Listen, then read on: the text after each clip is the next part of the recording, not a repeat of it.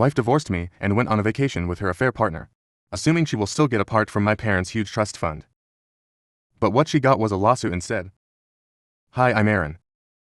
30 meters, so I'm just going to try putting it all down here. For all my life I've known that my friends were friends with me. Because according to them, I'm the trust fund baby. They always tried getting close to me. Because they thought I'd be throwing lavish parties all around the world and sponsoring booze at parties. And they always left me when I turned out to be nothing like that. It's true my parents have a huge trust fund for me. But I know how hard they worked for it, and I know that the wealth wasn't built in a day. And one mistake could absolutely ruin my father's company. So I work hard every freaking day. I work hard to expand what my father started. But recently I was very close to making that one mistake. Ashley, the love of my life. My wife Ashley, 28F throughout college. I didn't date anybody. I'm not the type who dates or hooks up with women casually. I always wanted to date to marry. But when the news about my parents' wealth spread, I attracted all the wrong kinds of company. You see, when you have money, you become popular and people want to live off you. I did lend money to some of my friends and sponsor the occasional booze, but nothing extravagant. Nothing that people expect from a trust fund baby. I believe that doing something in moderation, in bad and in fact, is important because you need to be a part of society too. So I tried being in everyone's good books, but rarely trusted anybody. During my graduation party, I met Ashley. She didn't seem to know me.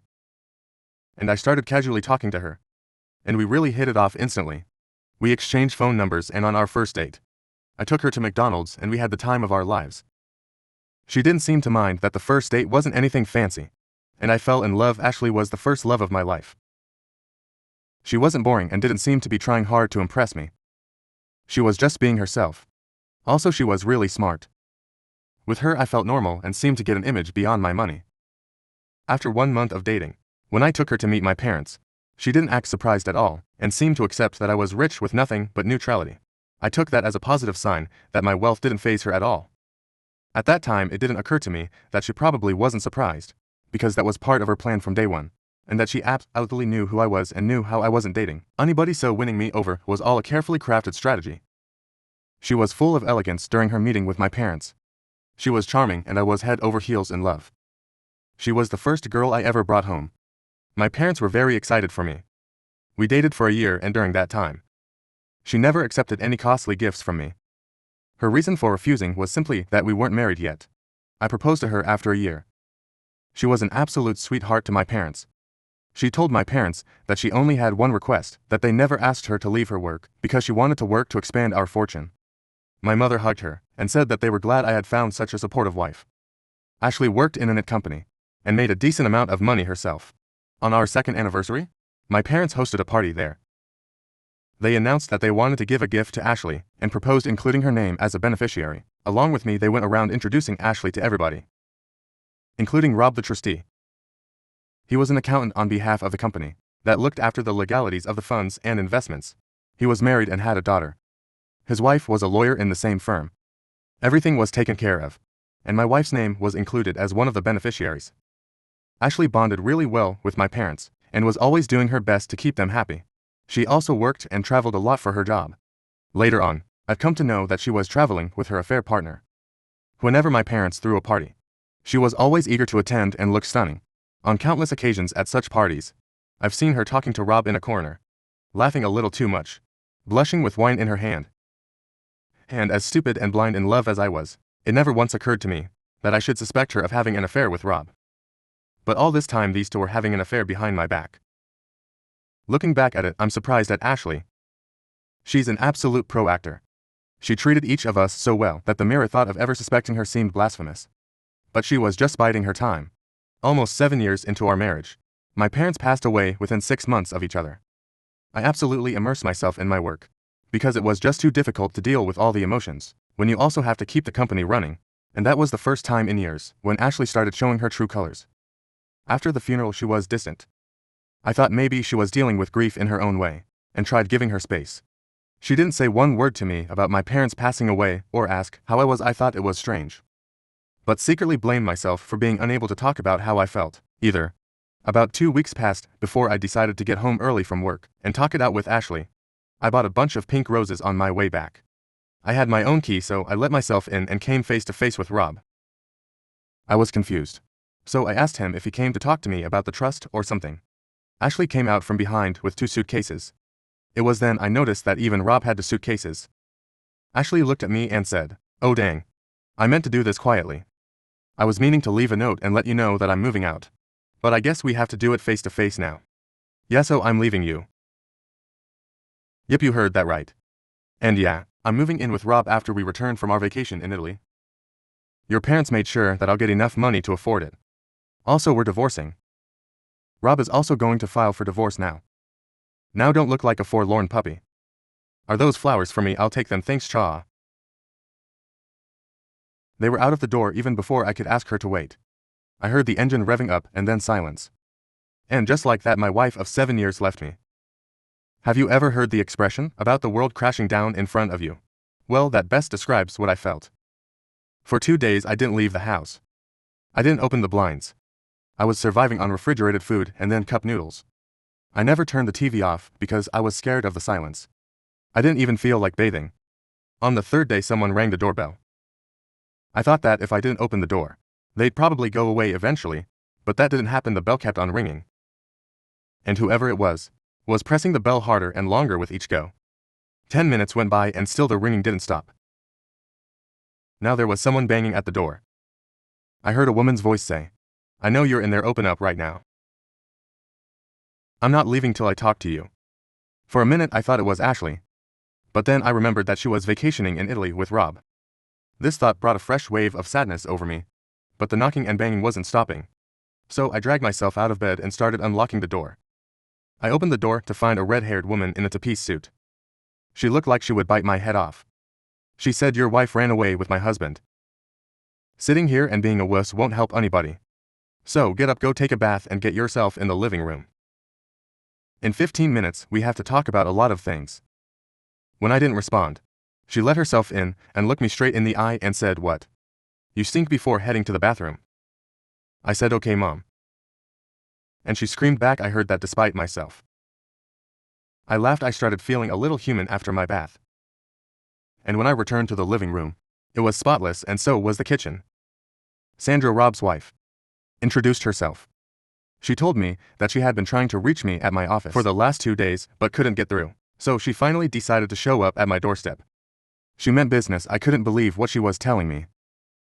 Sandra said that, like me, she didn't suspect that Rob was cheating on her, and she only found out when he left the house 2 days back, and said that he would send his assistant to collect the rest of his things. Like me, her world was shattered too. But she didn't wallow in self-pity.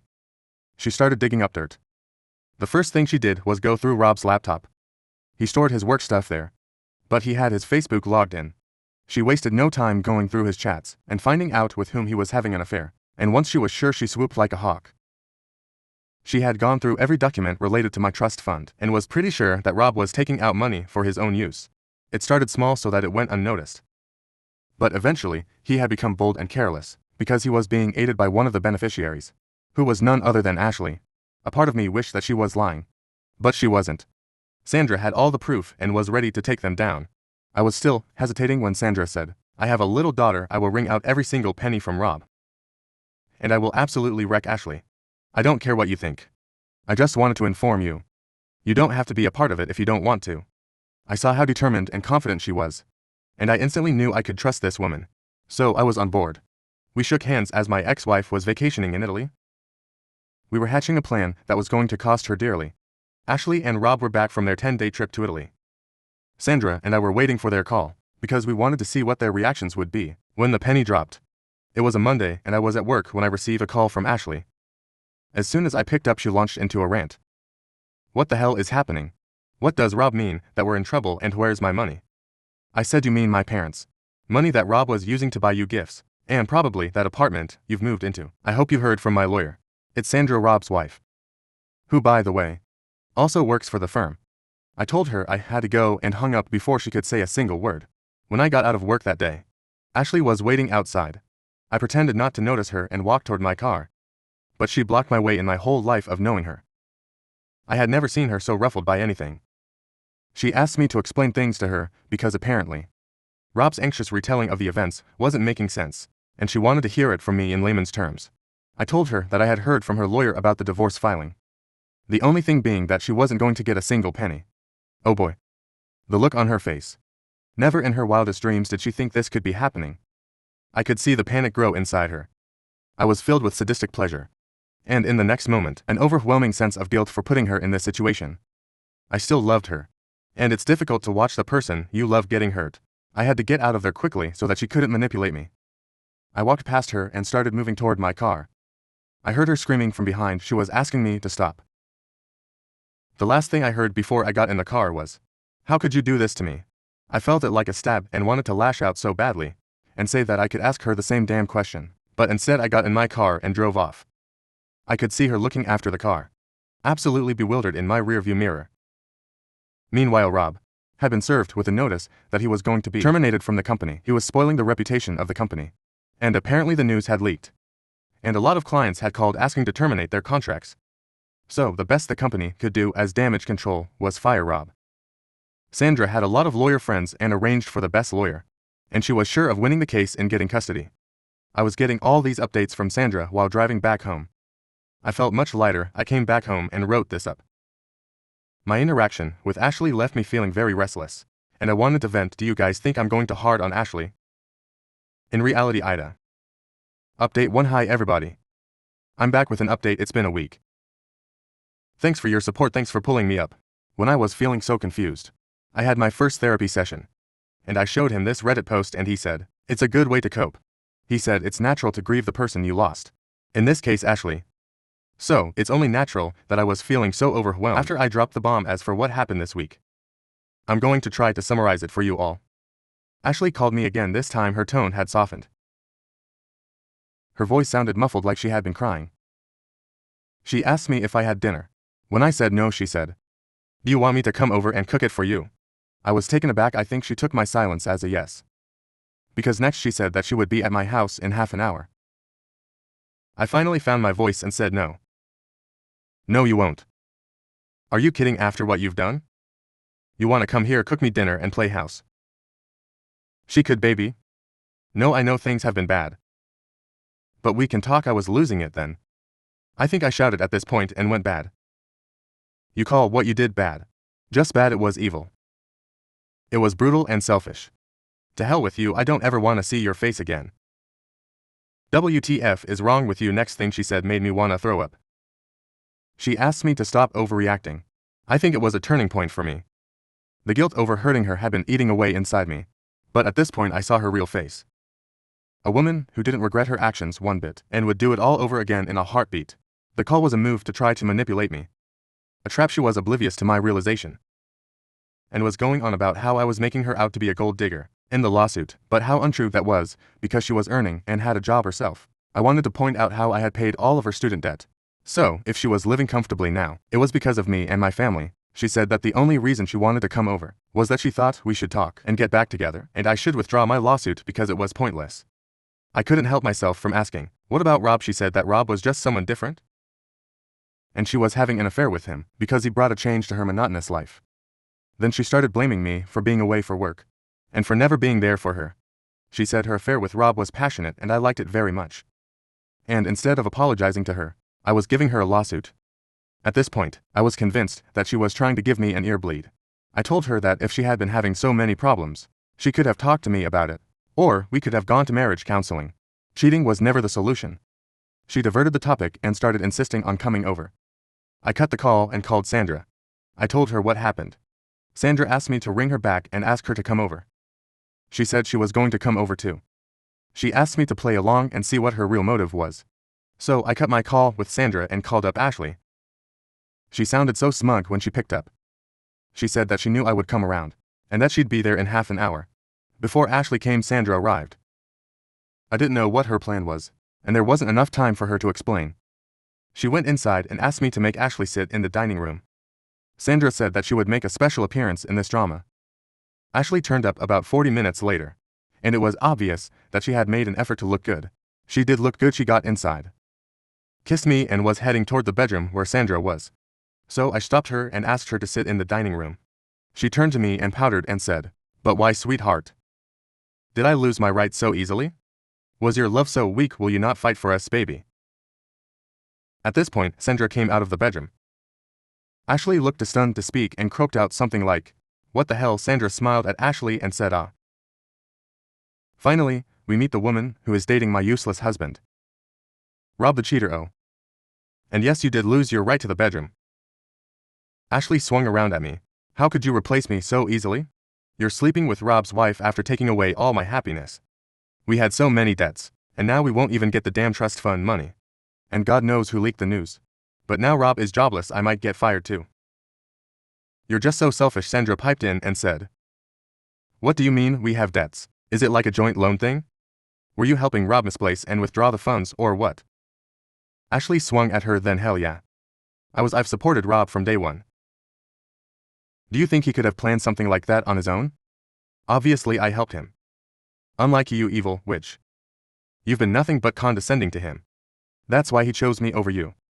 Get out of here. How can you be here when your husband is jobless? Why the hell don't you give a statement in his favor and help him out? Sandra smiled sweetly, and then told me that she thought I ought to send Ashley home. The job was done. I got the cue and held the door open for Ashley. Ashley stormed out while hurling a volley of abuse at us. When she left, I turned towards Sandra and asked him, "What just happened?" Sandra pressed stop on a tape and then winked at me. Her eyes were shining. She said excitedly, "We got a confession. Aaron will ruin them. I told you I'm not letting both of them escape. That, my friends, is Sandra for you. She's clever and ruthless. If I were Ashley and Rob, I'd be terrified of her. She's just good at what she does." Before heading out, Sandra confessed that, obviously, it was her who had leaked the news about Rob. I told her that her intelligence was rubbing off on me, and I had figured at least this much out, that she had something to do with it. Guys, I'll keep you updated. The game is finally beginning. Update to well? I'm back with an update to soon, I guess, but I couldn't wait to tell you guys. Sandra is an absolute ruthless killer. She sent the tape to Ashley's company, with a detailed explanation of what was going on.